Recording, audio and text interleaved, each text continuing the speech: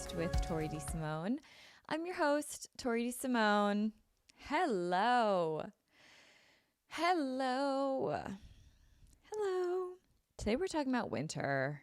Yeah, man. Oh boy, is it winter. I'm saying this as I'm looking out at snow, and I'm so grateful for snow because we have not had snow here in Pennsylvania. Well, okay, I shouldn't say the whole state. Where I live near Philly, no snow. Last winter, none. Like not a single speck of snow. And here's my thing. If it's going to be winter, let's get winter, let's do the whole snow thing. Let's do it. But then as soon as March hits, you got to cut it out. You can only snow November through February. And that's a rule. Okay. Yes, I just made it up, but it is the rule, and I think we can all agree. Snow in March is honestly just very cruel. I think March is already a very windy, a very cold, a very blustery month. Whenever I think of March, it's just ugh. So to have snow in March, it's beyond cruel. So it has to stop in February. That is my rule, and I stand by it. But I'm grateful to be looking out my windows and seeing snow because if it's gonna be winter, let's freaking do the thing, let's have the winter. And oh boy, is it winter here. It's cold. I went to go to yoga this morning and I actually had to turn around because the roads were so icy and I had snow on top of my car. And as soon as I got onto the highway, I was like, oh my, I'm a danger to society. I'm gonna cause an accident. So I got off and I went home and I had to get the snow off the top of my car, and the roads were also just atrocious. So that wasn't happening today. I came home and I did an aloe yoga class at home, and it was just glorious and splendid. But anyway, oh boy, is it winter. And I'm really leaning into the winter, and I wanted to make an episode about that today. I also put out on my Instagram what episodes and topics did you guys want to see from this podcast. And a lot of you guys also wanted to hear about leaning into the winter, what to do about winter uglies, which is such a funny term. I actually made an episode on that. This is going to be very different from that. I will link my winter uglies episode down below. You guys seem to really like that. That's about products, systems, routines to avoid the winter uglies, which I hate to say, but I'm in them. So, okay. Where was I going with that? Oh, a lot of you guys wanted me to just talk about winter productivity tips, embracing the winter, seasonal depression, things like that. I'm not going to get into seasonal depression because I really don't have any sort of background to speak on that. There are so many amazing people and experts out there that can speak on that. And if that's what you're looking for, I encourage you to seek that from them. Speaking of contributing to an expert space, when I sit down to script out these podcasts and put them together, something that I always ask every single week is, what can I contribute to the space, especially to the wellness space? There is so much noise, information, knowledge, experts out there as it is already that I don't want this podcast to be overwhelming. I don't want this podcast to feel like you're being shamed or you're not doing enough or you're not doing wellness right or you're not being as healthy as you can be. That's the last thing that I want this podcast to ever make you guys feel. So just know that when I sit down and I really script out these episodes, it's always with the intention of what can I contribute to the space that will leave the listener with a positive impact. And I really hope that does come across with every episode. And if it does, then I'm happy with that and I'm proud of that. But just know that that's something that I always want to contribute is I just want to contribute positivity.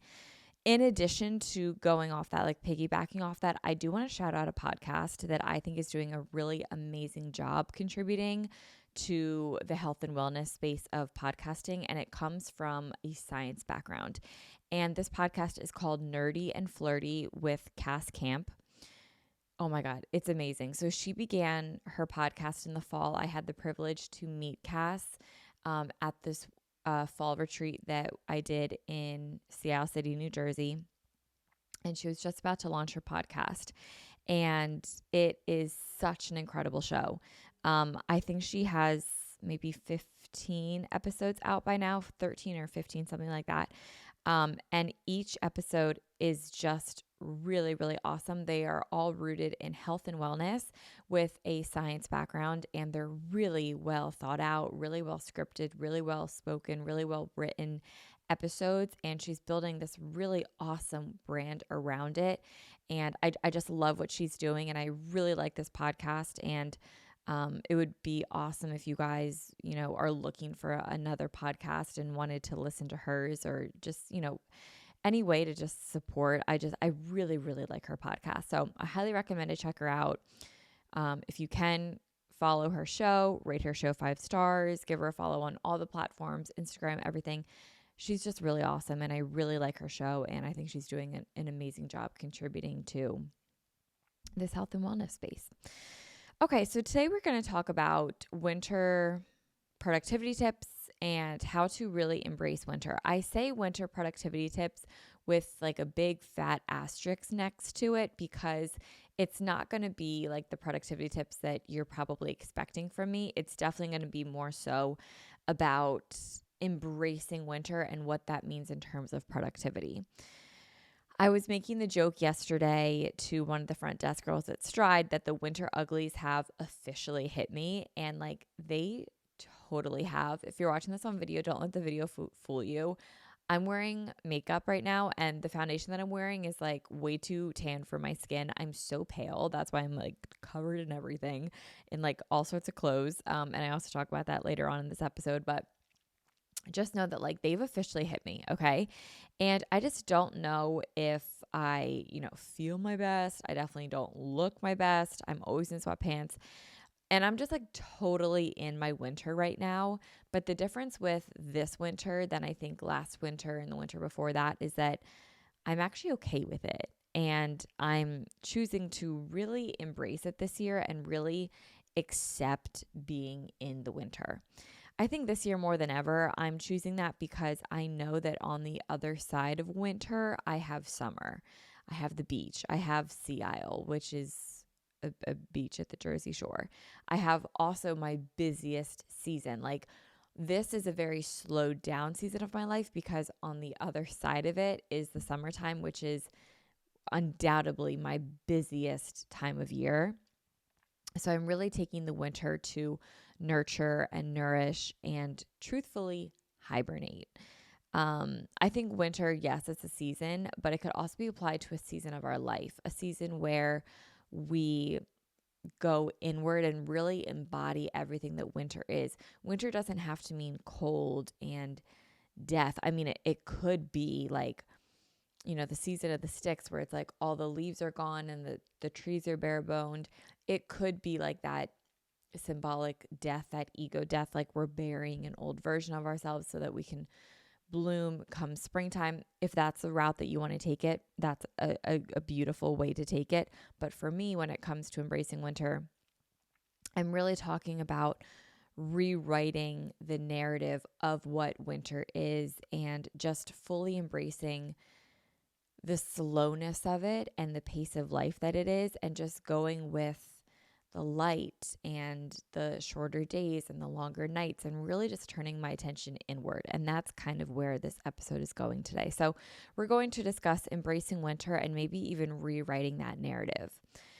I really don't want to get caught up in the we need to be doing more mentality, which actually, speaking of, this Thursday is the bonus episode week of the Manifest Book Club, and it's on the 12-week work week. And I have a lot of thoughts on that book when it comes to hustle culture and things like that.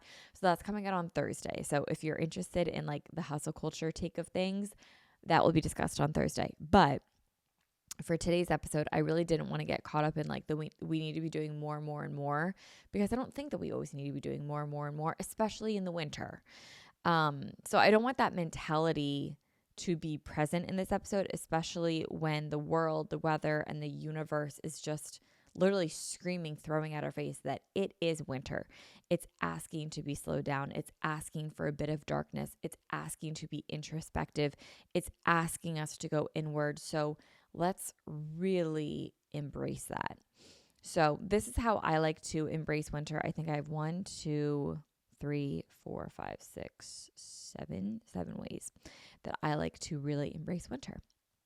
So number one is I like to sleep in more.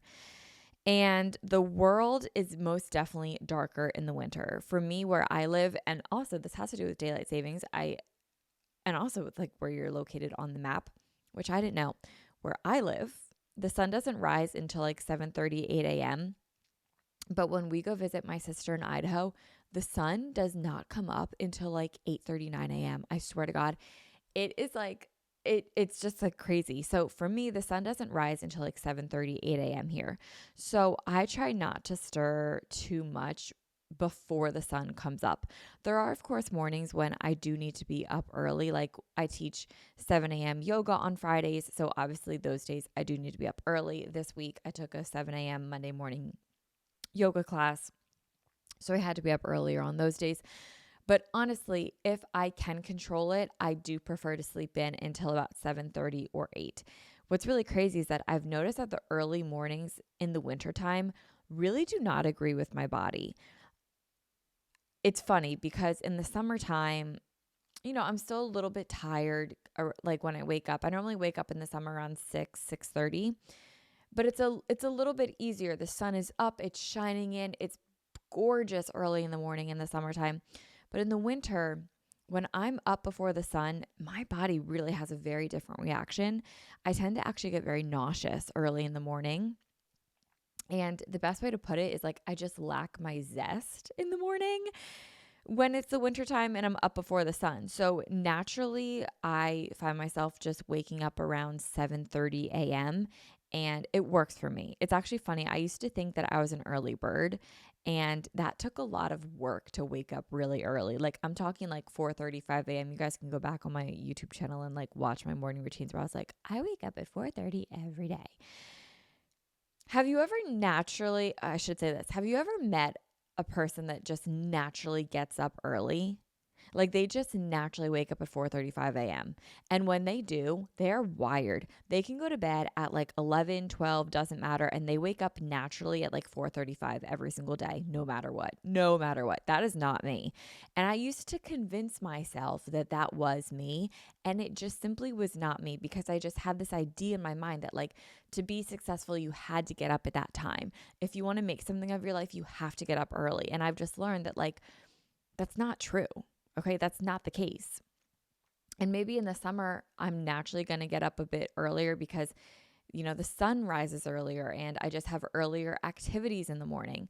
But now in the winter, I can really just embrace it and I can really just kind of slow down and I can just naturally get up around 7:30 and I feel really rested and really refreshed and really good every day when I do that. My Oura Ring, and I actually just filmed an entire Oura Ring review on my TikTok, which I'll leave my TikTok down below. I got a notification that I had my Oura Ring for a year as of today, so I wanted to wait till my year anniversary to do my review of it. So I've had it for a year. I'll leave my TikTok below on my thoughts, but my Oura Ring actually tracks what's called my chronotype. And your chronotype essentially tells you what kind of person you are and what kind of productivity level you have based on the stats that your Oura Ring constantly tracks and collects from you from being worn all day, every day.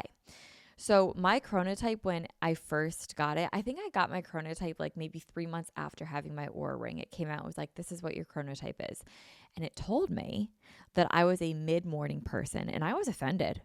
I was like, what do you mean mid-morning? I'm an early morning girl, because like that's the narrative that I always told myself, that I was an early morning girl. But my Oura Ring, based on my stats of my body, told me that I was a mid-morning person. And I don't know exactly what collects these stats.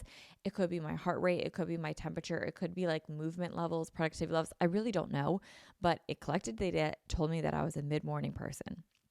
What this means is that I'm most productive in the later morning. So like 10, 10:30, 11, 11:30 is when I get most of my productivity done, whether that means like workouts or, workflows or things like that. And I actually have to agree with it. In addition to that, it said that my ideal bedtime is 11 p.m. and my ideal wake up is 7 a.m. And when I tell you I was in denial of that for a really long time, I'm still kind of in denial of it because I get really tired around like 9 p.m. every night. But when I stay up and then go to bed at 11 p.m. and naturally wake up at 7 a.m., oh my God, I really am my best self. Every single time my chronotype on my Oura ring, it's like, oh yeah, you were aligned with your chronotype exactly. Every single time I wake up feeling extremely rested, really productive. I have breakthroughs that day. I have always had high sleep scores. I always have high restfulness scores. Like my readiness is just awesome. It's through the roof. Like I really just am my best human being when I live with my chronotype. And it's crazy. So like for me, really just embracing that and leaning into it a bit more in the wintertime has been really beneficial for me. If you don't have an Oura ring, I'm pretty sure you could just like take a test online to find out what your chronotype is if you wanted to explore that and try following it for a few days, weeks, months, see if it works for you. But overall, when I like really do follow that, I go to sleep around 11, and I'm talking asleep at 11. I'll like mosey on into bed like 10:30, and then I'm like asleep by 11. Wake up around 7:30. I really just do feel a lot better. Like last night I had that, and today I've had such a wonderful day because of it. So in the winter, I really do let myself sleep without guilt. Big one. Second thing, I like to stay home.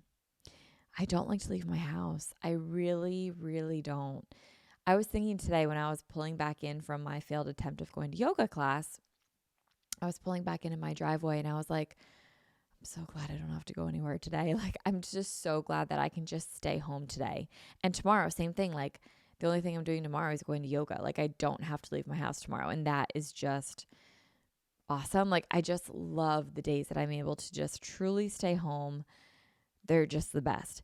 If I don't have to leave my house, I won't. If I don't have to get dressed up and go out to dinner and sit at a restaurant, I won't. I just love staying home. I will leave my house for, errands and to take yoga classes and to go teach at Stride and things like that. But honestly, when it comes to like making plans with friends, I even kind of hold off on that in the wintertime because I just really enjoy being home. I'm also in a headspace where I just feel very winter. And the thought of leaving my house when it's dark outside to go sit in a restaurant or to go socialize and to go be dressed up and like not to be in comfy clothes and just kind of just be cold, like that just doesn't really serve me right now. Like I just want to be home and bundled up and warm, like with a book and just like I just want to be home. And I feel good about that. And I don't have any guilt with that. I think it's because in the fall, in the spring, in the summer, I do like to socialize and I do like to leave my house and I do like to go do things. But I really, in the winter, for this season of my life, I allow myself to just really stay home guilt-free and just really embrace it. The next thing is I love to eat and drink warm things. I really love leaning into the nourishment in wintertime. So this means drinking tea, 1 to 2, maybe even 3 times a day, hot coffee in the mornings, eating lots of soups and chilies and warm salads. Oh my God, I love warm salads and stir fries, like anything that's warm. It just sounds so nourishing and so wholesome.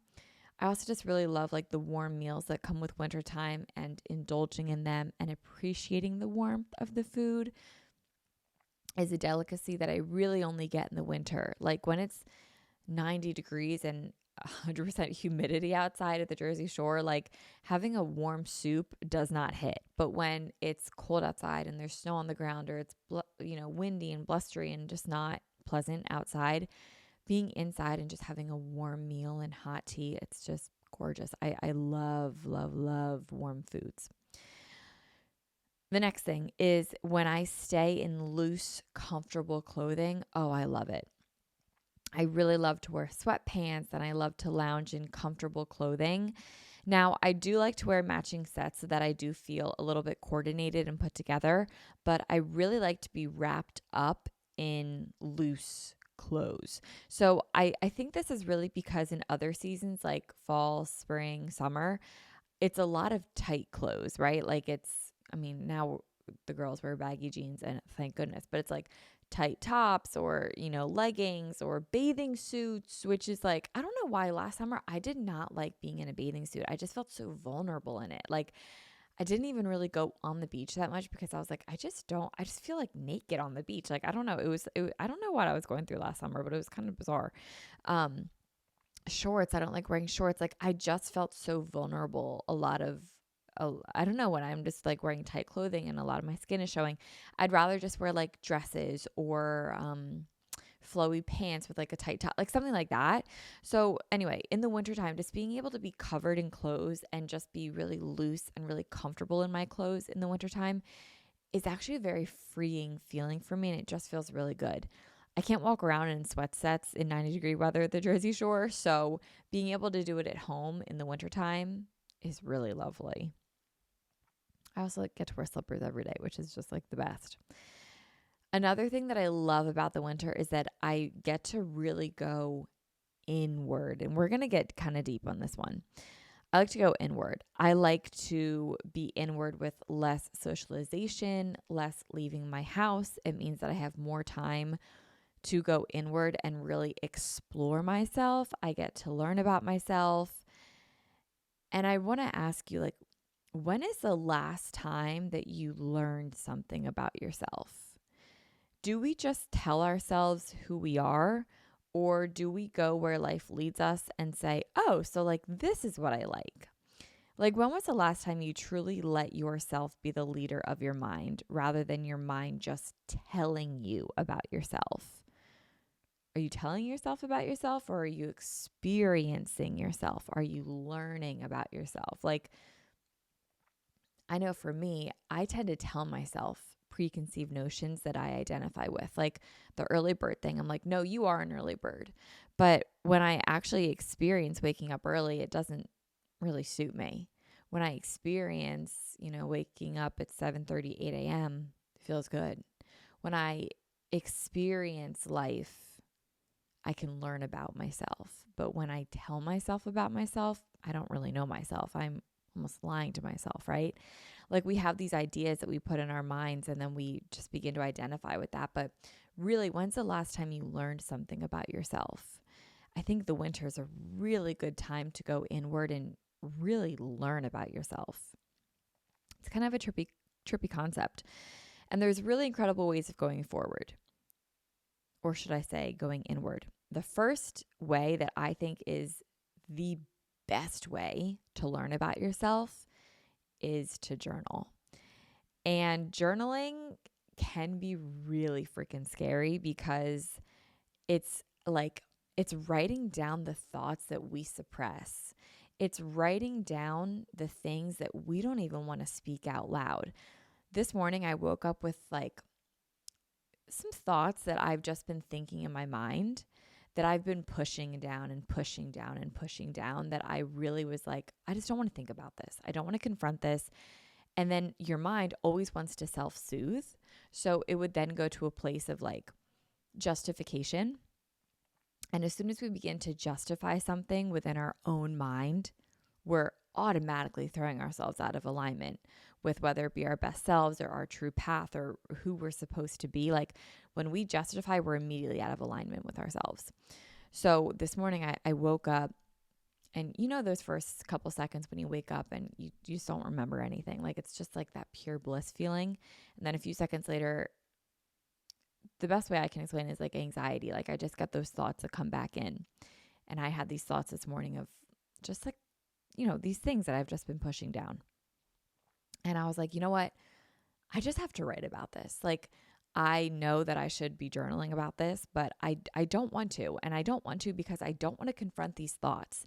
I don't want to speak on it. I don't want to talk about it. I don't want to think about it. But I'm just festering in my mind about it. And that's serving literally no one. And I'm just putting myself at war with myself. So I'm just going to journal about it. So I went on Spotify, I turned on a sound bath, I put in my AirPods, and I set a 30-minute timer. and I wrote about it. And I started the journal entry and I said, I don't want to write what I'm about to write. I don't want to confront this, but here I go. And I just wrote and I wrote and I wrote and I wrote. And I only wrote about the thoughts that I did not want to write about for 5 minutes. And I got everything out that I had to say about it. And immediately my mind switched to not even justifying those thoughts, but really getting to the root of the issue with these anxious things that I've been feeling. And by the end of it, I was putting a lot of these thoughts on other people and on one person in particular. And by the end of it, I was like, it has nothing to do with this other person, and it has everything to do with me. And that wasn't a thought to like run away from. It wasn't a thought that I feared. It was really actually comforting. And I walked away from that journal session so at peace and so enlightened and so happy. I was so happy. And it was something that I was really dreading doing. And I was so happy at the end of it. So journaling is hard because it requires you to be honest with yourself and to go inward and to really write down like your inner thoughts and confront them and like your inner demons and like actually write them out on paper. But man, was it therapeutic. And immediately I was able to get it out and just move on and work through it. And I haven't thought about it since. I mean, it's only, a few hours later, but to wake up with like such heavy thoughts and then to write it down and just move on from it completely and have a very positive mindset on it afterwards. What a powerful impact that journaling had. So I really encourage you to journal for 30 minutes every single day. This will really allow you to meet yourself and introduce you to yourself and really like work through your inner thoughts and realize that what we think is throwing ourselves off it's really not. And there's something deeper that you need to find and discover. And I think you're going to find and discover that deeper feeling is happiness and inspiration and motivation and love and compassion and empathy. It's hardly ever going to be, this horrible, anxious feeling that I was feeling prior to journaling. So it really led to an amazing breakthrough this morning, and I'm really glad that I did it. But man, is journaling a good way to really go inward and just learn about yourself and experience yourself. It's a crazy exercise, and I could not recommend it more. So journal. Every single day for 30 minutes, journal. Set a timer, put it in a playlist. You can be sloppy in your journal. You can draw if that's easier. Just like really just confront your thoughts on paper, and you will see that you will actually work through them so much quicker out in front of you than you will in your mind. Try it. I know it's scary. I know it's vulnerable. You can write that down. This is really scary, but here I go. Sometimes we don't want to confront it, but sometimes that's what we need. So yeah, journaling. Limit yourself 30 minutes. Okay. The second way of going inward is to stop scrolling. Okay. This one is really big. Get the hell off social media, dude. Get the hell off social media. Stop flooding your mind with the expectations of how your life should be that are set by other people. The comparison in the game of life from your peers, like that's what you're flooding yourself with when you go on social media. You're flooding yourself with the highlight reel of strangers. If you want to truly get to know yourself, you have to sit down and be with yourself. If you never give yourself the time of day to be with yourself and you flood all of your free time looking at the lives of other people you have never met and you most likely will never meet, you are never going to know yourself and you are always going to feel lost. You're always going to compare. You're always going to question your choices. And honestly, fuck that. Like, fuck that. There's a saying that the internet used to be an escape from the real world, But now the real world is an escape from the internet. And I hate to say that that's true, but it's true. Like, how many times, like this morning, for example, I went downstairs to go have breakfast. I left my phone up here and I was going to bring my breakfast upstairs to like watch a TV show or something like while I was eating my breakfast. And I was like, you know what? What if I just ate my breakfast? What if that was the only thing I did? I just sat down and I ate my breakfast. That's the real world. That was the real world. Sitting down and eating my breakfast. And I honestly cannot remember the last time I told you I just sat down to eat my breakfast with just me. I didn't talk. I didn't scroll. I didn't go on my phone. I didn't watch YouTube. I didn't watch Real Housewives. I didn't like listen to a podcast. Like, I literally just sat down and ate my breakfast.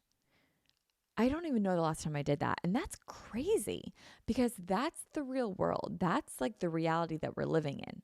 That's what's real.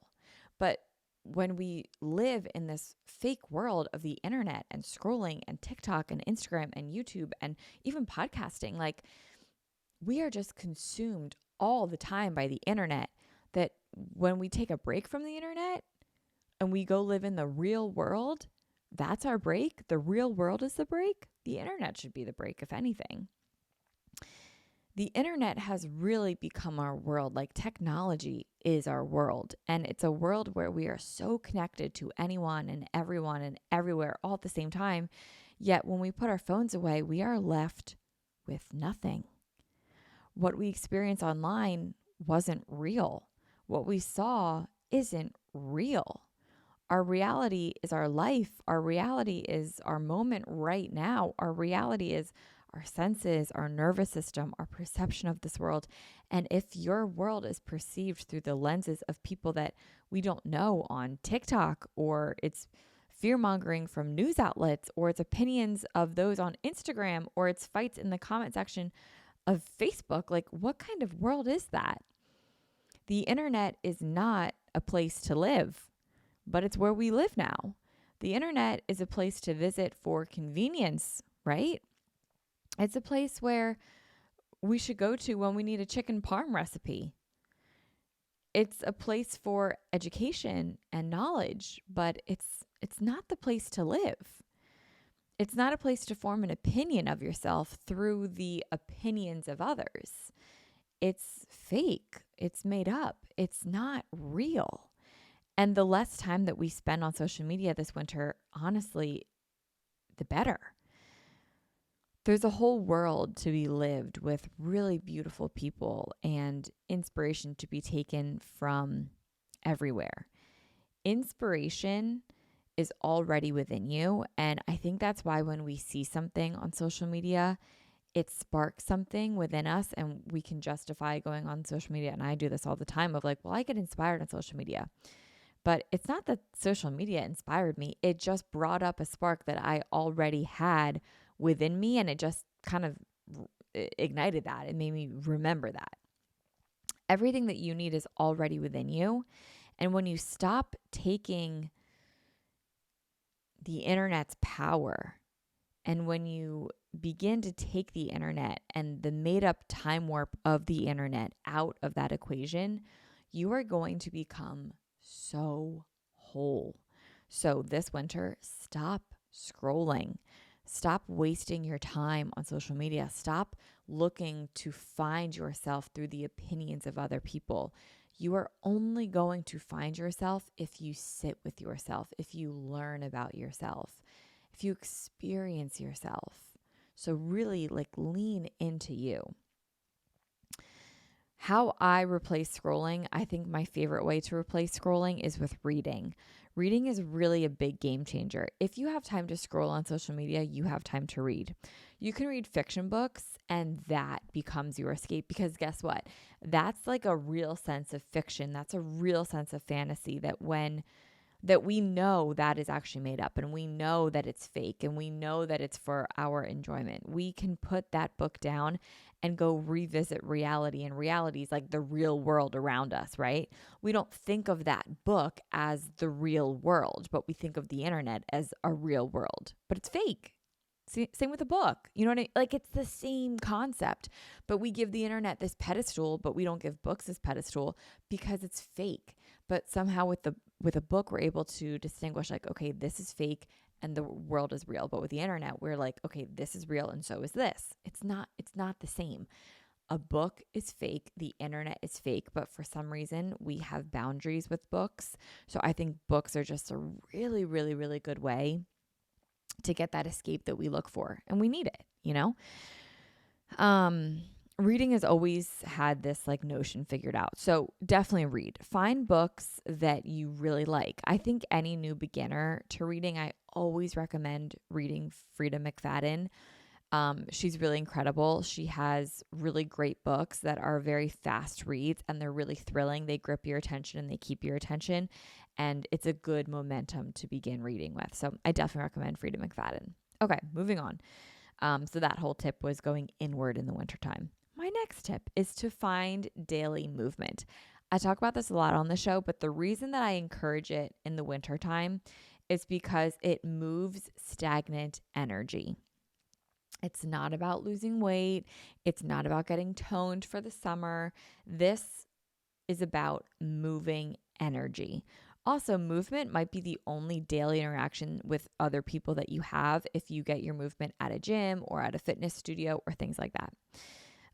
It also might be the thing that gets you out of bed in the morning. It might be the thing that gets you out of your house all day, even if it's just like a walk around the neighborhood.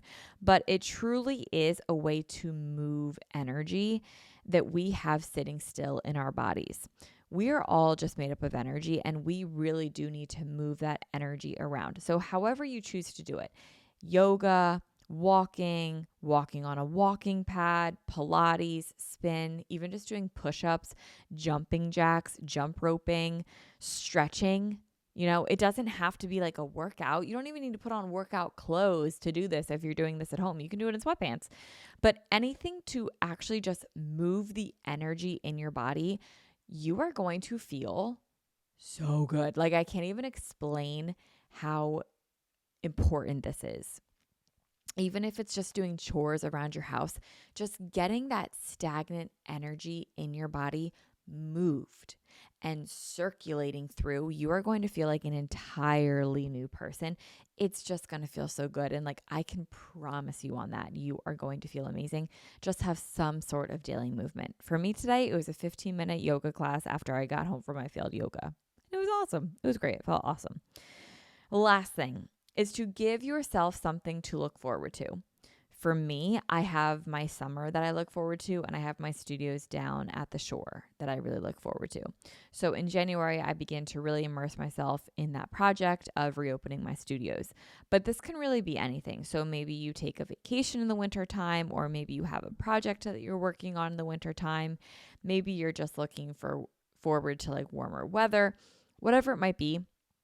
Just give yourself something to look forward to, because it makes the winter a lot more bearable when you know that it's not lasting forever. On that same note, it also brings a lot of joy to this pace of life. Like, if you know that you only have a few months to wear sweatpants all the time, to sleep in, to have the warm foods, to live a little bit of a slower pace of life, to stay home, it makes those moments that much more special and that much more enjoyable. And I think it actually makes winter kind of special, dare I say. Like, I'll admit, I don't love winter. I really, really don't. But when I do these 7 things and I lean in and I embrace winter, I do find it much more enjoyable. And that's what I have for you guys today. So these are my tips on how to embrace winter and really lean into it, and just really leaning in and embracing your winter. I hope you guys found this episode helpful. I will link down below anything that I talked about in today's episode. Thank you guys so much for listening, and thank you guys so much for supporting Manifest with Tori DeSimone. Please be sure to rate this podcast 5 stars, share it on your story. It always helps. Be sure to follow my Instagram, my TikTok, and I know I just made a whole cahoot about like, don't scroll, and I stand by that. Don't scroll. But like I said in the beginning, anything that I put online, I do want to contribute to a positive space. So I love you guys. Thank you so much for listening. And I will talk to you guys all next Monday. Happy Manifest Monday. Bye, guys.